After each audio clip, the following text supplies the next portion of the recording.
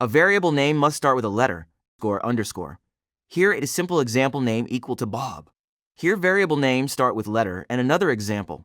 Variable names start with underscore, name equal to Charlie. In this example's variable names start with underscore. You cannot start a variable name with a number, for example, one name. After the first character, you can use letters, numbers, or underscores.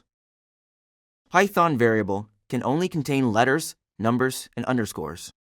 Allowed variable names are student1 equal Liam, student underscore name equal Emma.